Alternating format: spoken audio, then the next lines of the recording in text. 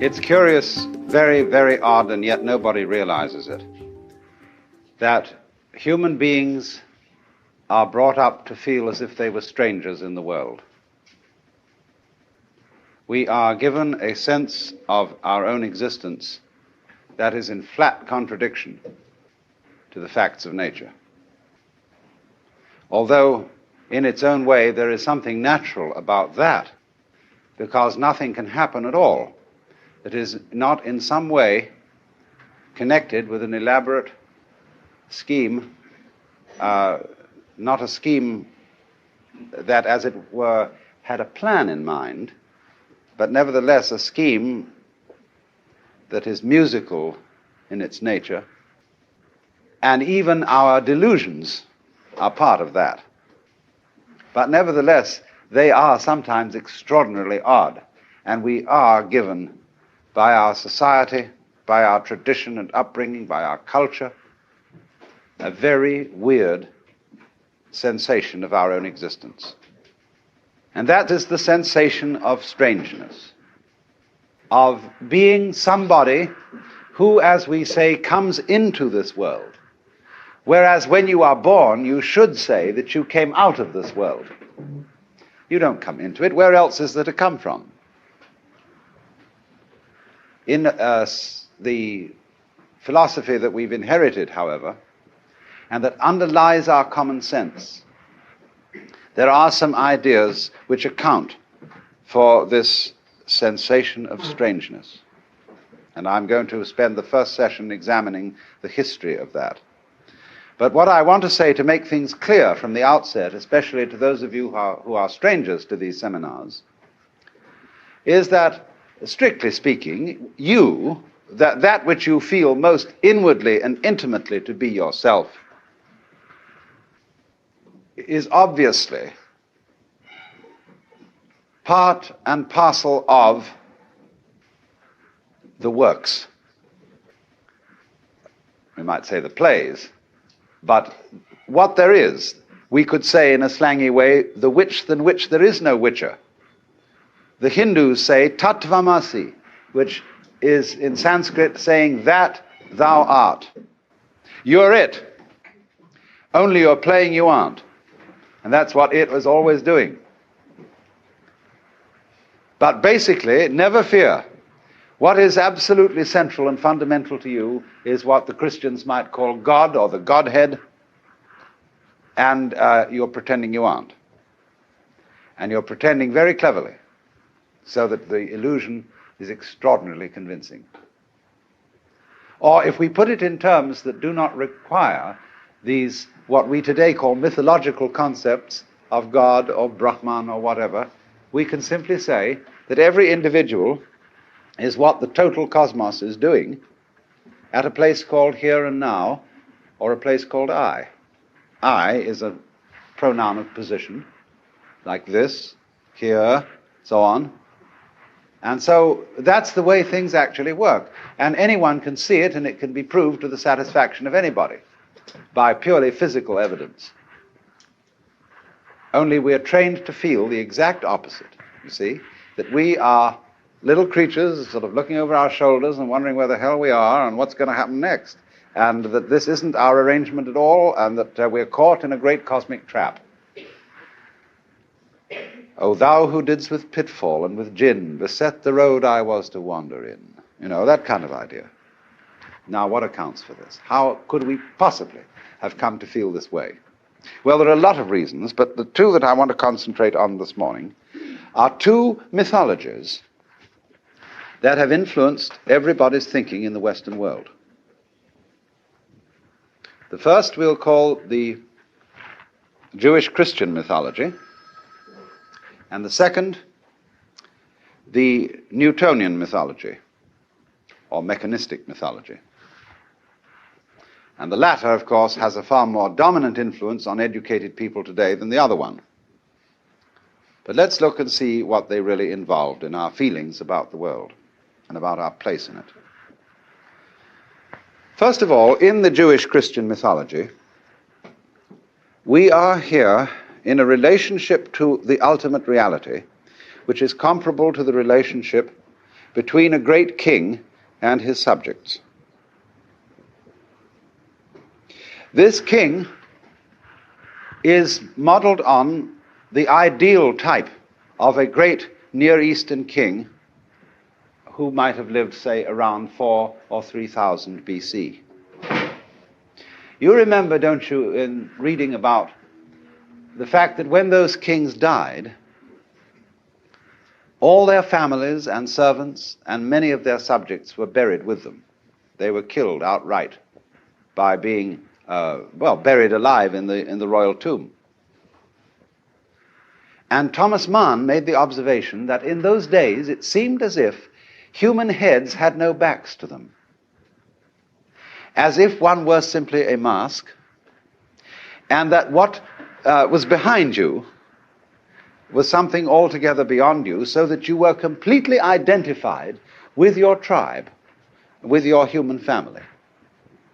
And so the king was like a queen bee, we would say the kingpin upon which everything depends. And when that's blown out, everybody collapses with it. Only later did we grow backs to our skulls and then begin to feel enclosed. That was a very important step, but a troublesome one. We don't feel in the lines of G.K. Chesterton, but now a great thing in the street seems any human nod, where move in strange democracy the million masks of God. We don't feel that, we feel all by ourselves. But we can get it back, this sensation of being absolutely one with the whole, and at the same time retain everything that we have won by the development of Western-style personality, the ego. So then, this model of the world, based on the idea that we are all subjects of the divine king, was, you might say, a political model based on the organization of the great city-states of the ancient Near East. And that image, you see, has absolutely haunted Western man throughout his whole development. Because he has felt that he is in this universe on probation, on sufferance. He doesn't quite belong here because there's this great, big, giant spirit who's saying to him, now you watch out. You're just a miserable little worm, and I evoked you here out of nothing. Of course I love you because I am love. I'm a very good father. And everything that I do, however much it hurts, is for your good. But you watch out, and don't you dare look me in the eye. So everybody does this. See? All those customs where the ruler is faced this way, with head down, and so no looking at him directly, is based on this mythology. And of course it's based too on some political facts, because when a big man does attain to eminence, everybody is against him secretly. They hate him for it. So he has to be surrounded with guards and secret police. And people all lie with their faces on the floor so that they're in a position where they can't attack. That's the whole idea. And that's why in the royal court, the throne has its back to the wall. There is nothing behind the throne. There are just guards on either side who can be watched a little. You see? So in a church, when the altar or the episcopal throne is right with its back to the wall, this really indicates a situation of fear. But if I'm not afraid of you, I shouldn't really have my back to the wall at all here in this situation. Only rooms are designed. Our whole architecture, following the design of original courthouses, is made that way. After all, one should walk out into the middle of people and have people behind you, if you can trust them. So, this model I call it a model of the universe, based on the kingly court, did certain very important things for us. It gave us the idea, for example, of universal law. It lies at the roots of many of our best ideas of justice. But it bugged us. It really bugged us, because you felt that you were never, never free from the penetrating glance of an all-seeing eye that watched everything you do. I have a friend who is a humorous Catholic, and in her toilet she has the old-fashioned kind with a tank on the pipe going down to the seat. And right on that pipe there is a little tile with an eye on it. And written underneath in Gothic letters it says, "Thou, God, seest me." So everywhere there is no escape. At the most intimate moments or in the most intimate thoughts, you are under judgment. You are being watched. Big Father is watching you, you see? Now that made the Western world more and more and more uncomfortable. They couldn't stand it. They felt that this was the paradox involved. To believe in that kind of a God, a personal God, has this good thing about it, that it's saying that the ultimate reality, that which underlies everything that happens, is intelligent. And not only intelligent, but beneficent, even if in a rather stern and authoritarian way. But at least it's alive. The universe, in other words, has a heart. But we switched to the opposite mythology because we couldn't stand it. And in the course of the 18th and 19th centuries, evolved the idea that the universe doesn't have a heart at all, that it is essentially stupid, and that we, sensitive, intelligent beings capable of love and all sorts of feelings, are an accident. A really deplorable accident. For what a monstrous system in which the tender, sensitive nervous systems that we are could appear in a world that consists principally of rock and fire. That is an impersonal, vast, gyrating nonsense which has no consideration for us men whatsoever. Now, why did such an idea possess the Western world? Why could it be that in the 19th century Freud could talk about the basic energies of the psyche as libido and compare them to the blind forces of brute emotions, you know? Think of that language. At the same time, Ernst Haeckel and T.H. Huxley and so on were thinking about the world as the manifestation of energy. Say Henri Bergson with the idea of the élan vital. What was the nature of this energy which manifested everything? Essentially, it was something like electricity. Now, electricity, it does wonderful things for us, but essentially electricity is rather dumb. You switch it on and switch it off. Supposing I could just switch you on and switch you off, you see? But just like that, say, please don't bother me anymore, psst, and you'd vanish. But that's, you see, they thought of the world as being just a surge of like this, you see, but completely stupid. Only after how on earth they ever got intelligence out of this is a miracle, but they did, by explaining that if you gave it enough time, it would eventually become intelligent. Well, that's the most nonsensical idea anybody ever thought of. That if just time, you see, would make things more complicated.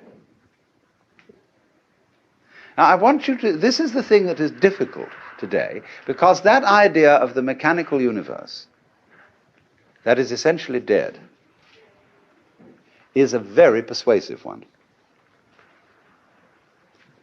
And most intelligent people today, who are products of the college and that particular system of propaganda and indoctrination, really feel that this is the case, that they are strangers in an alien world, and that when you die, it'll just be like you were a caterpillar that was squashed, and that will be that. That you're, in other words, an interlude of consciousness between eternal darknesses. And that's all there is. It doesn't mean anything. It is just that. And not much of that, anyway. Not much of a that. Now, what is important is to understand that this is a myth. There aren't, just as the other thing about the great cosmic king is also a myth. There is no foundation for it in fact whatsoever. But it's a way, you see, of putting the world down when it had been put up too much. It's a reaction. The world had been put up too much by being made embarrassingly intelligent. You see, there was that all-seeing eye who was saying to you, da, da, da, da, da, da, every minute, you see. Better a dead world than one watching me like that. See? Somebody looks at you, and they look at you and look at you. Either you've got to make love to them or get rid of them. See? You've got to do something about it. It becomes embarrassing otherwise. So, in the same way, we had to transfer to this other idea. Now let's look at certain elements in the 19th century myth, the Newtonian myth, that are very interesting. First of all, let's consider what it says about the nature of human consciousness, of the mind, of being aware. It has generally said there really is no such thing as a mind. What we call mind and life is a kind of scum that grows after a long time on the top of rocks.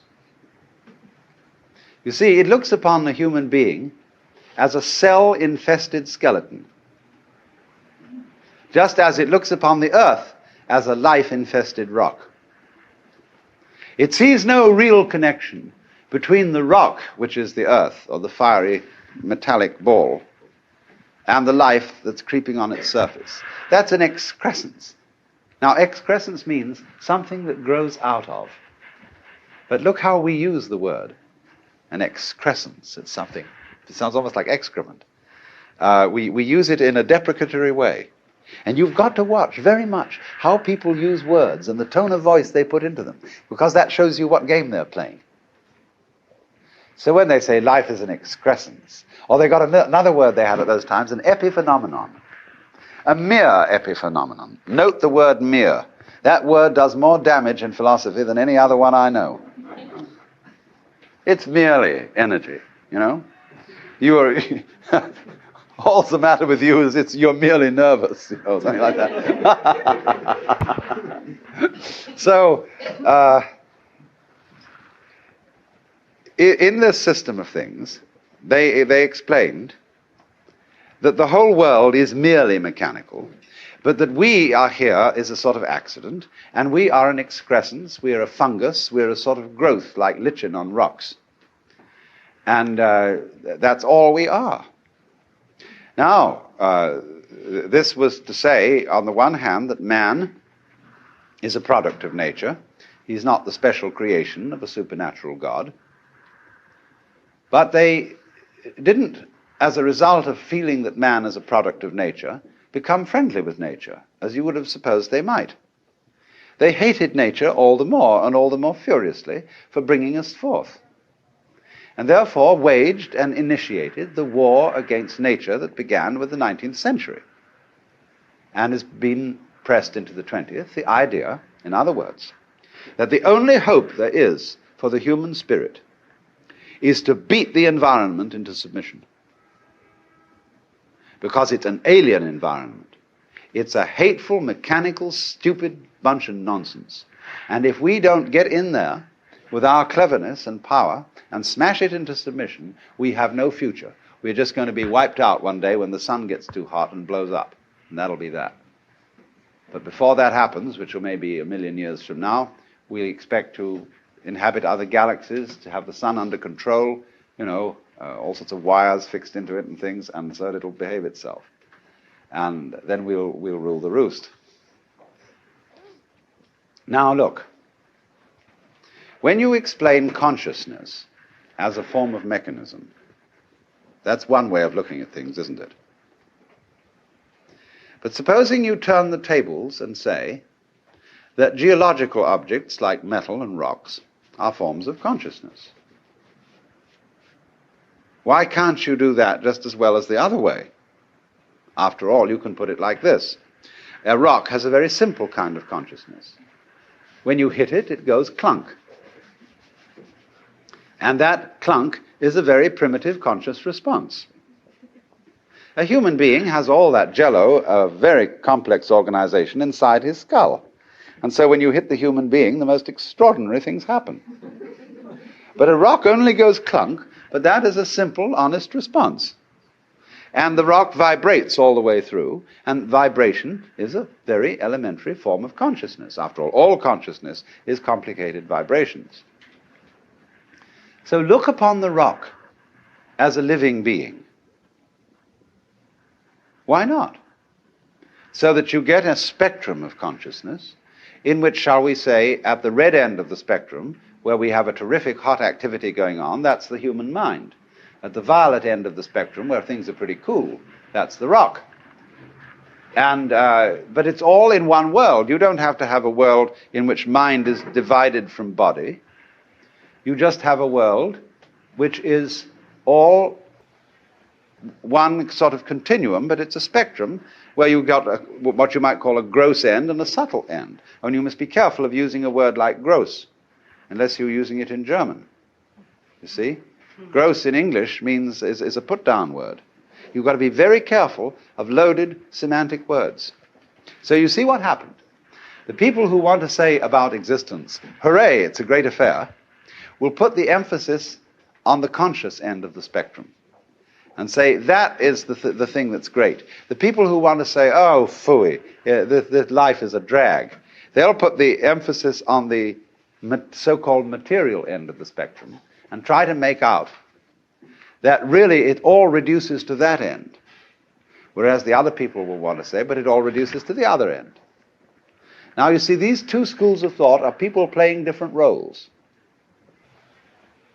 One person is playing the role that he's tough, that he faces facts, and life isn't a pretty business at all. It's a ghastly trap. And what is needed in that is courage. See? Courage or suicide. One or the other. Whereas the person playing the other role is wanting to say, now, come off it, look here. Is this really a trap? Is it so awful? Supposing it isn't that awful. Supposing it's playing at being awful. And sometimes is awful pretty successfully by way of being a play. But fundamentally, would it be here at all if it wasn't worth being here? I mean, as we say, the game must be worth the candle. Doesn't it astonish you sometimes that there is something rather than nothing at all? I mean, really, that is a flabbergasting thought. It would be so much easier for there not to be anything. I mean, after all, existence is effort. And to make an effort is something, you see. And it'd be much easier not to have had any effort, just nothing, you see. So, game rules are terribly important to think about. When you say, is the game worth the candle? Obviously, yes, otherwise it wouldn't go on. Now, we can invent games that won't work. And people become bored with them. As I've said before, tic-tac-toe really is